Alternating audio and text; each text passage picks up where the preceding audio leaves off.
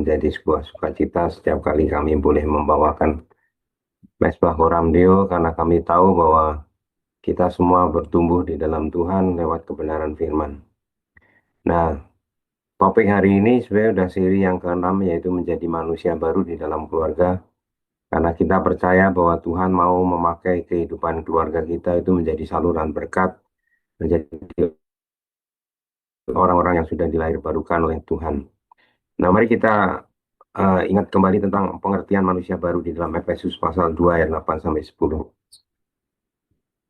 Sebab karena kasih karunia kamu diselamatkan oleh iman. Itu bukan hasil usahamu tetapi pemberian Allah. Itu bukan hasil pekerjaanmu. Jangan ada orang yang memegahkan diri.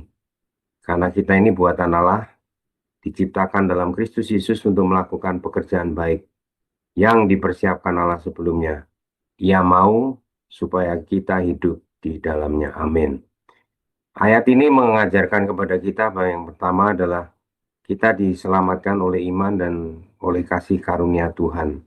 Dan itu bukan usaha dan kekuatan manusia, hasil pekerjaan manusia, tapi semata-mata adalah inisiatif Tuhan.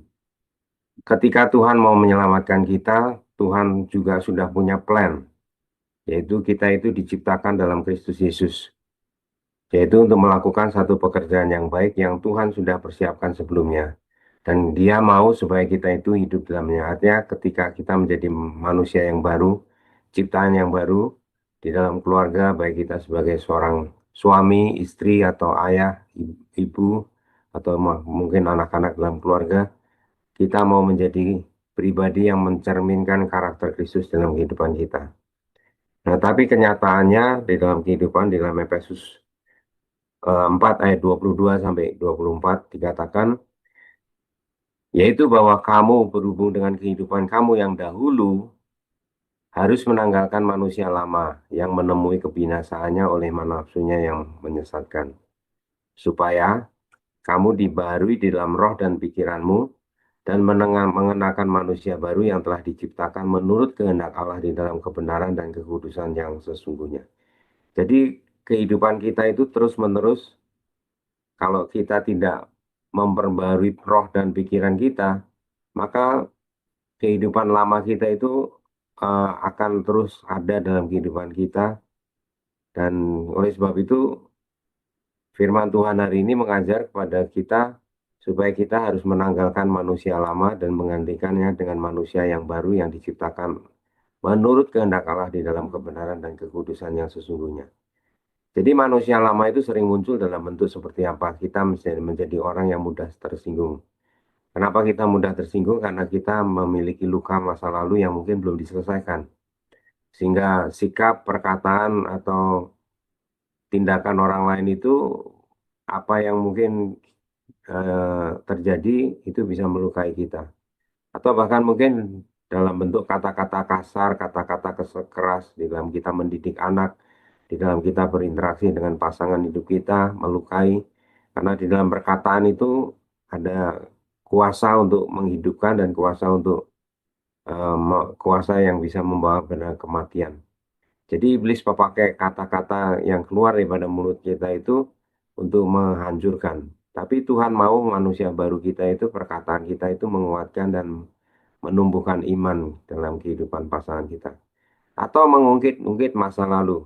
Ini orang yang nggak move on, ya orang yang nggak mau meninggalkan masa lalu, terus hidup dibelenggu oleh masa lalu, merasa diri tidak layak, merasa diri selalu eh, menjadi korban dan sebagainya, sehingga selalu mengungkit-ungkit masa lalu, tidak move on. Ini manusia lama kita. Atau kita merasa diri paling benar karena kita punya pengalaman, mungkin karena kita orang yang senior, sehingga mau semakin besar godaan kita merasa diri kita itu benar. Semakin kita punya pengalaman, kita merasa diri tahu. Pada dunia ini terus berubah dan kita harus mengikuti apa yang sedang terjadi dengan respon yang benar. Next slide. Nah, menjadi manusia baru itu di dalam kelanjutan yang kita sudah baca dari Efesus pasal 4 itu, di dalam ayat 31 dan 32, segala kepahitan, kegeraman, kemarahan, pertikaian, dan fitnah, hendaklah dibuang di antara kamu. Demikian pula segala kejahatan. Tapi hendaklah kamu ramah terhadap seorang yang lain, penuh kasih mesra dan saling mengampuni, sebagaimana Allah di dalam Kristus telah mengampuni kamu. Jadi yang sulit itu kalau kita bicara tentang keluarga, bukan membangun satu keluarga atau rumah tangga, tetapi bagaimana kita terus menjaga hati. Karena yang kita baca di dalam ayat 31 itu lahir daripada hati. Karena dari dalam hati kita itu sumber daripada segala sesuatu yang kelihatan daripada perkataan kita, sikap kita, dan perbuatan kita. Kepahitan, kegeraman, kita sering tidak bisa terima, kita marah-marah, kita bertikai, konflik, kita fitnah, itu perlu dibuang dalam hidup kita. Dan juga segala kejahatan, sesuatu yang ide-ide jahat yang merugikan orang lain. Jadi kita ketika membesarkan anak, bekerja, kemudian melayani Tuhan bertahun-tahun, kita bisa lakukan dengan mungkin secara normal gitu ya, hari-hari kita kerjakan. Tapi yang seringkali terluka itu justru adalah orang-orang terdekat kita, pasangan hidup kita, anak-anak kita, menantu kita, mungkin cucu kita. Itu yang sering menjadi terluka karena kita tidak membiarkan manusia baru itu hidup dalam kehidupan kita sebagai anak Tuhan. Next slide.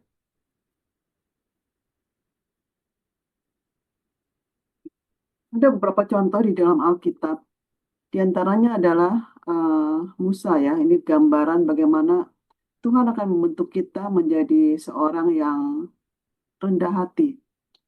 Tuhan tidak akan membiarkan kita menjadi orang yang terus-menerus menjadi seenaknya sendiri. Tapi Tuhan mau untuk setiap kita memiliki kapasitas yang Tuhan mau.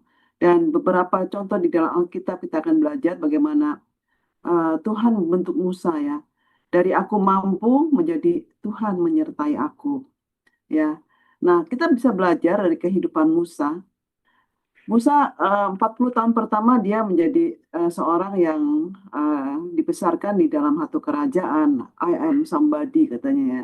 Nah, dia begitu percaya diri, dia punya kemampuan dan posisi. Tentu saja dia sebagai seorang anak Firaun ya, dia benar-benar sangat dipandang dan dia dididik dengan begitu yang semua yang terbaik gitu ya.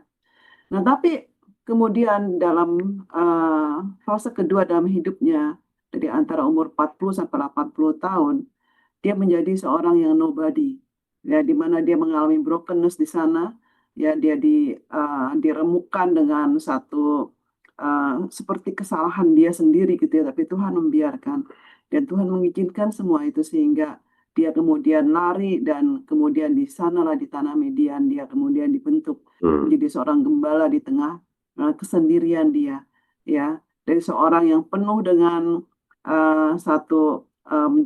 menjadi pusat terlihatnya, tapi kemudian menjadi seorang yang terhilang, yang terasing, yang tidak ada siapapun, menjadi seorang yang nobody.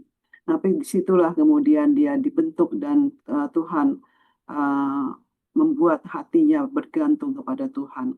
Dan dia ketemu Tuhan dan pada fase ketiga hidupnya pada usia 80 sampai 120 tahun, God is with me. Ya, dia dipakai Tuhan ketika dia kemudian Tuhan suruh untuk kembali kepada Firaun untuk meminta umatnya dibawa kepada Tuhan. Disitulah dia bilang, Tuhan, saya kenapa harus saya Tuhan? Dan Tuhan berkata, memang aku akan menyertai engkau. Ya, jadi Tuhan memang tidak membangun seseorang ya yang merasa mampu, ya, tapi seorang yang merasa tidak mampu. Tokoh-tokoh di Alkitab adalah orang-orang yang tidak mampu. Ya, tokoh-tokoh yang dipakai Tuhan adalah orang-orang yang tidak mampu, bukan orang-orang yang mampu.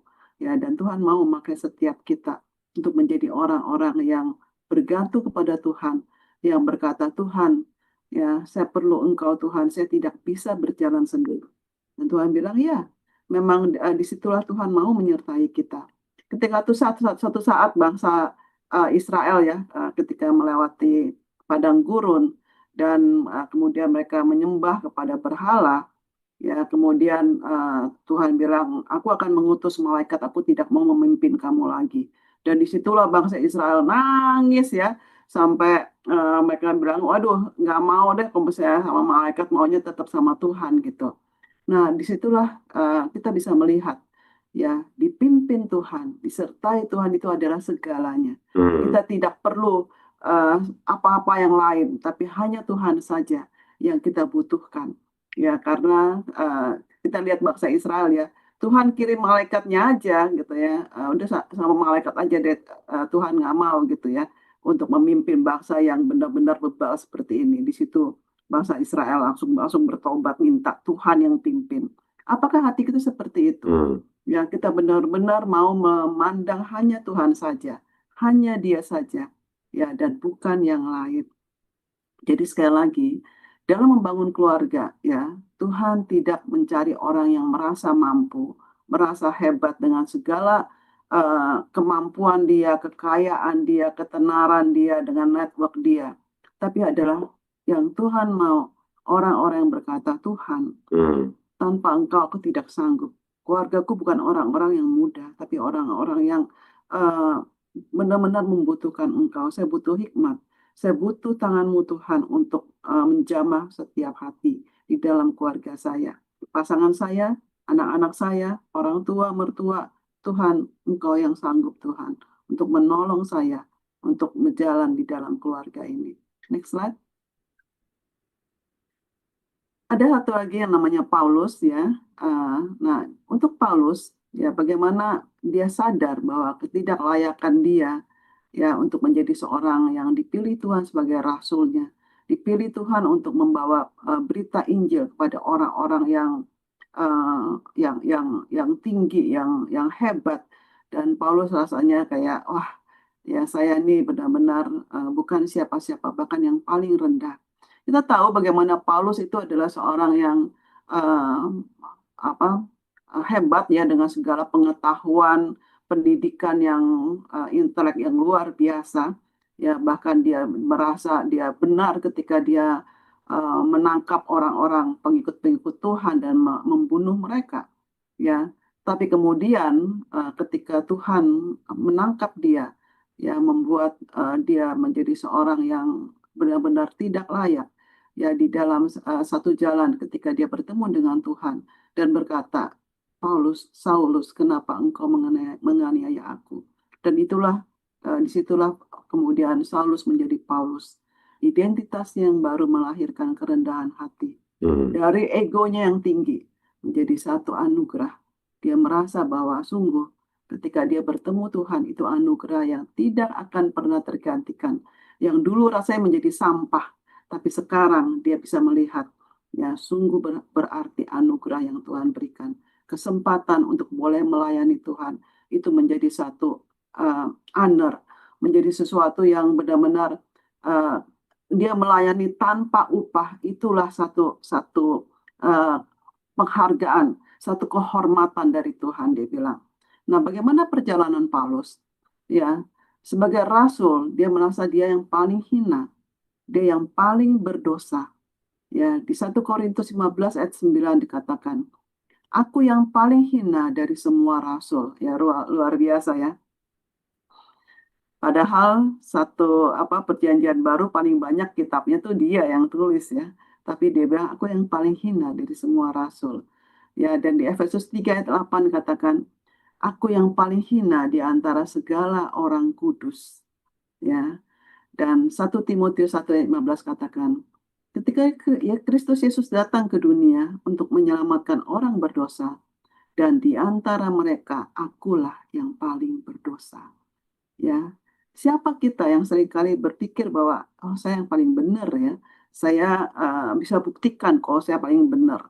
Oh saya terus berdebat sehingga terbukti bahwa saya yang paling benar gitu. Kamu yang salah, saya buktikan untuk kamu salah. Tapi kita belajar bagaimana kerendahan hati seorang yang sudah diremukkan oleh Tuhan, hati yang benar-benar menghargai anugerah tersebut. Di antara mereka akulah yang paling berdosa. Semakin dekat seseorang kepada Tuhan, semakin rendah hatinya. Di Galatia 2 ayat 20, ya, Paulus menulis, bukan lagi aku sendiri yang hidup, melainkan Kristus yang hidup di dalam aku. Inilah kunci dari kerendahan hati itu, bahwa bukan kita lagi yang hidup sebenarnya di dunia ini. Hmm. Ya, apa yang kita terima, apa yang kita bisa ada pada diri kita, ini semua anugerah. Ini semua adalah Kristus. Kalau misalnya kita mengalami hal-hal yang sulit, ya kita kita berkata bahwa saya tidak sendiri. Bukan saya lagi yang hidup, tapi Tuhan yang hidup di dalam aku. Is not about me, it's all about God. Next slide. Dan ada satu tokoh ya, yaitu Yakub. Bagaimana dia sebenarnya seorang yang uh, apa uh, kita kenal sebagai Israel ya. Tapi Yakub ya di dalam Kejadian 32 ayat 25 sampai 28, ternyata dia pun pernah diremukan ya, mengalami peremukan oleh Tuhan. Siapa Yakub sebelumnya? Ya, kita tahu bagaimana Yakub itu arti namanya sendiri adalah penipu, dia seorang yang suka manipulatif, dia juga suka mengontrol, dia tidak sabar untuk menunggu waktu Tuhan. Eh, jadi dia mau kontrol gitu ya, dia mau ambil hak kesulungannya Esau, ya, dia transaksional dengan semangkuk bubur kacang merah ya, sehingga Esau menyerahkan hak kesulungannya, kemudian dia juga menipu ayahnya ya, sehingga dia mendapatkan berkat-berkat hak kesulungan tersebut gitu. Nah, Yakub ketika kemudian dia lari ya dari rumahnya dari Esau untuk ke tempat pamannya Laban. Di satu tempat, di situ kita melihat bagaimana kondisi rohani Yakub. Dia berkata seperti ini kepada Tuhan. Kejadian 28 ayat 20 katakan, lalu bernasarlah Yakub, jika Allah akan menyertai dan akan melindungi aku di jalan yang kutempuh ini, memberikan kepadaku roti untuk dimakan dan pakaian untuk dipakai, sehingga aku selamat kembali ke rumah ayahku, maka Tuhan akan menjadi Allahku. Ya, jadi transaksional banget ya. Kalau Tuhan kasih saya makan, kasih saya pakaian, kasih saya selamat, ya bisa bisa hidup dengan baik lah pokoknya. Maka engkau akan menjadi Allahku. Jadi kalau enggak, ya Tuhan nggak menjadi Allah dia gitu ya. Jadi kondisi rohani Yakub seperti itu ketika dia keluar dari rumah ayahnya. Ya, dan kemudian ketika dia di rumah pamannya Laban, ya ternyata ada yang lebih hebat lagi ya manipulasinya ya. Jadi selama di rumah Laban 20 tahun ya, dia banyak sekali yang mengalami lipat ya dari pamannya gitu ya, untuk mendapatkan Rahel, dia dapetin Lea dulu, kemudian dia juga banyak sekali gitu ya mengalami triki-trikinya untuk mendapatkan domba-domba itu gitu. Jadi memang kita melihat Tuhan akan membentuk seseorang seperti Yakub ya, bertemu dengan orang yang lebih lebih hebat lagi ya, manipulasinya gitu. Dan disitulah ketika akhirnya Yakub keluar dari rumah Laban, ya dia bertemu dengan Tuhan, dan masalah-masalah dia, disitulah Tuhan deal dengan orang ini. Ketika orang itu melihat bahwa ia tidak dapat mengalahkannya, ia memukul sendi pangkal paha Yakub, sehingga sendi pangkal paha itu terpelecok ketika ia bergulat dengan orang itu. Lalu kata orang itu, namamu tidak akan disebutkan lagi Yakub, tetapi Israel, sebab engkau telah bergumul melawan Allah dan manusia, dan engkau menang. Jadi Yakub seorang yang ingin mengontrol, seorang yang tidak sabar, seorang yang mau now sekarang juga gitu ya, apa yang dia mau. Sekarang dia menjadi pincang.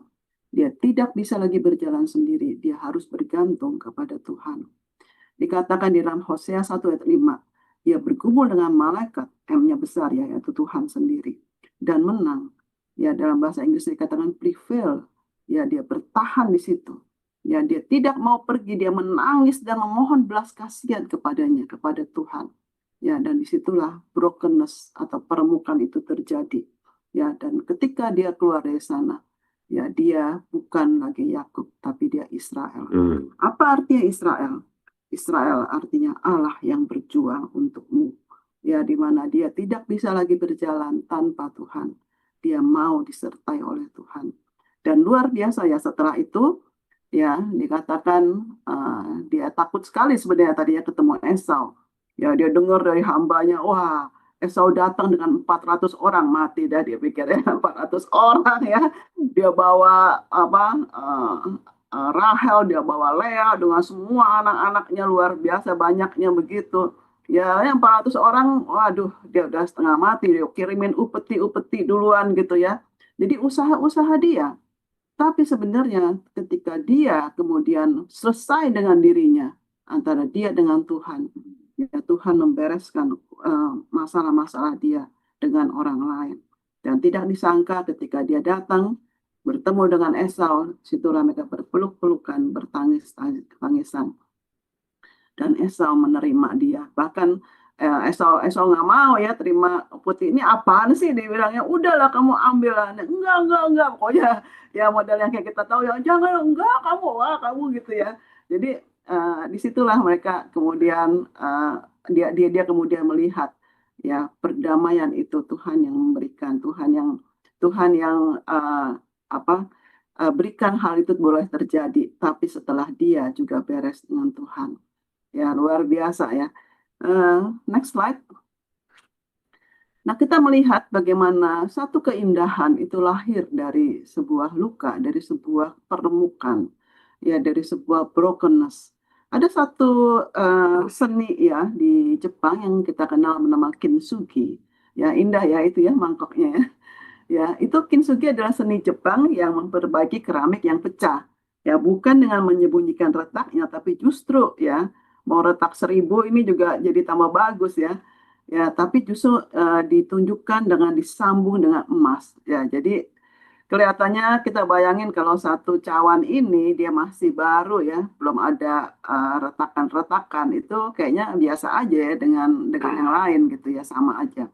Tapi begitu kita lihat, wah ini ada emasnya ya, emas sudah berapa sekarang per gramnya ya. Kemudian itu semua disambung emas, lalu ada retakan-retakan yang indah gitu ya, terlihat di situ. Ya, dan dia lebih berharga.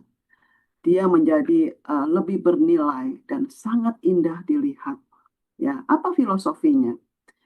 Sesuatu yang pernah pecah itu tidak menjadi lebih rendah nilainya, tapi bisa menjadi lebih berharga. Ya, bahkan sesuatu yang kelihatannya kecoret ya, kayak pernah dengar ya ada satu lukisan ya, ada satu seniman pelukis sedang melukis, tahu-tahu kecoret gitu ya, sama ada satu anak lari itu ternyata tangannya jadi membuat dia kecoret. Tapi tidak menjadi dia buang lukisannya, tapi kemudian dia buat menjadi satu satu lukisan yang lebih indah lagi dengan adanya coretan tersebut. Dan itu hanya bisa dikerjakan oleh sang creator, oleh sang seniman, oleh sang pencipta, yaitu Tuhan sendiri. Jadi kalau kita mengalami brokenness, kita mengalami satu kesulitan, jangan jangan putus asa.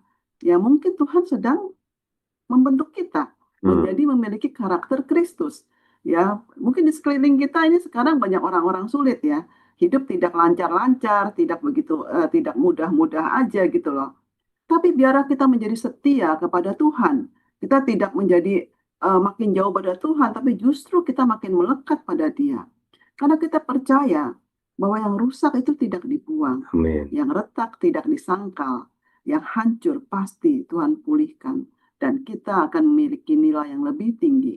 Oleh karena kita adalah orang-orang yang pernah mengalami hal-hal yang berat.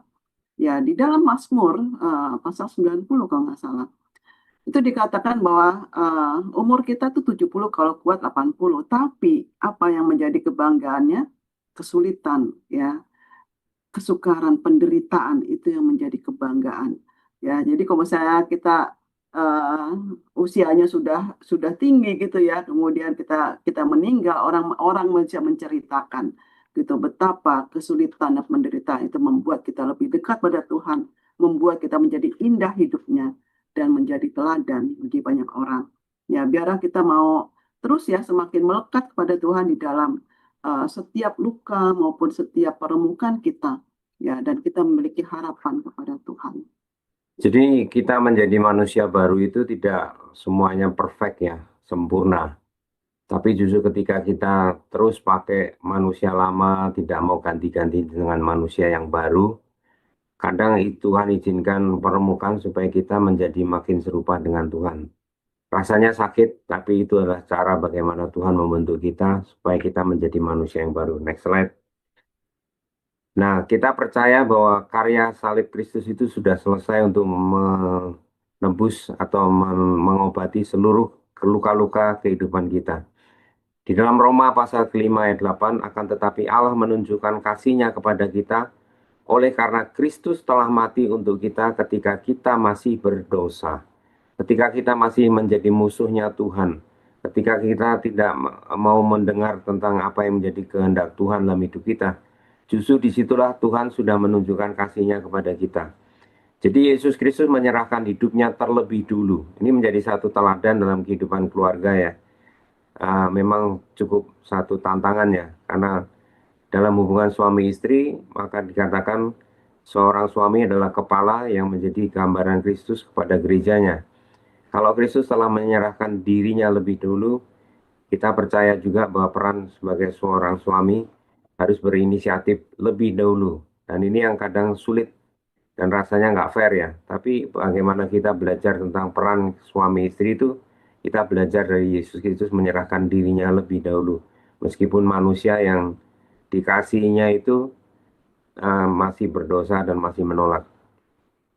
Artinya kita belajar untuk mengampuni terlebih dahulu, mati lebih dulu, berkorban lebih dulu. Itu adalah gambaran Kristus kepada gerejanya. Nah, salib Kristus adalah titik puncak di mana kasih dan keadilan Tuhan dinyatakan, dan itu menjadi satu sumber kasih bagi seorang suami, bagi keluarga suami istri, satu sumber kesabaran bagi orang tua, dan satu sumber pengampunan bagi kita sebagai keluarga.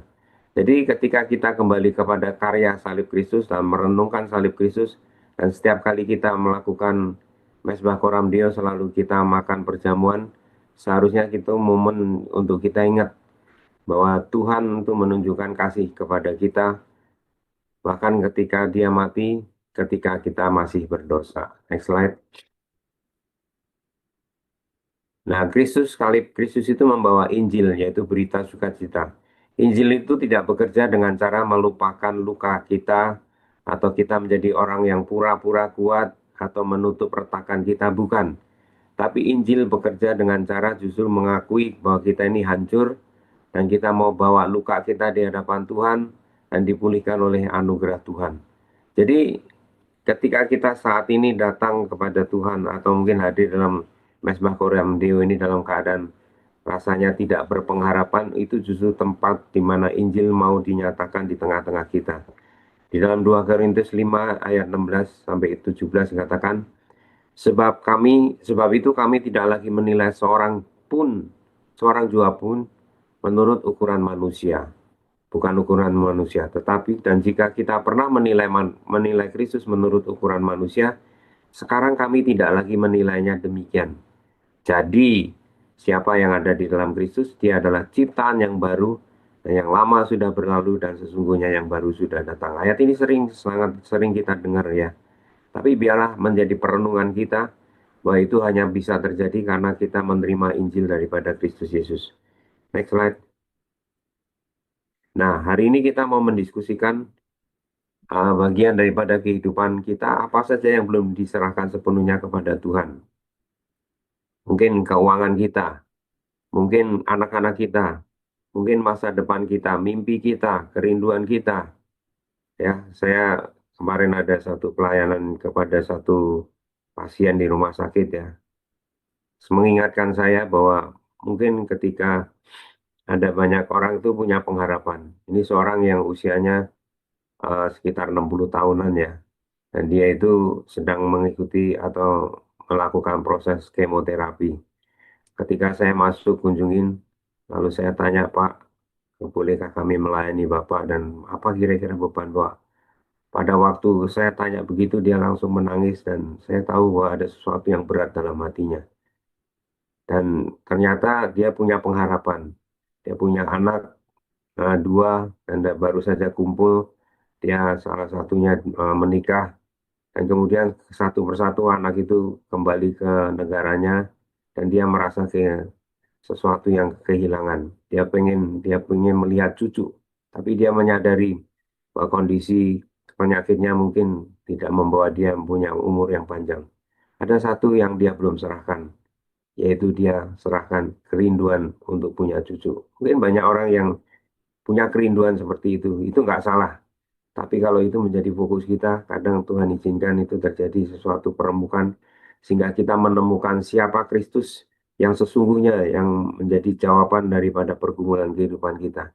Dan kemudian apa yang menjadi komitmen saya, supaya kita itu bisa dipakai Tuhan bahkan melalui kegagalan hidup saya.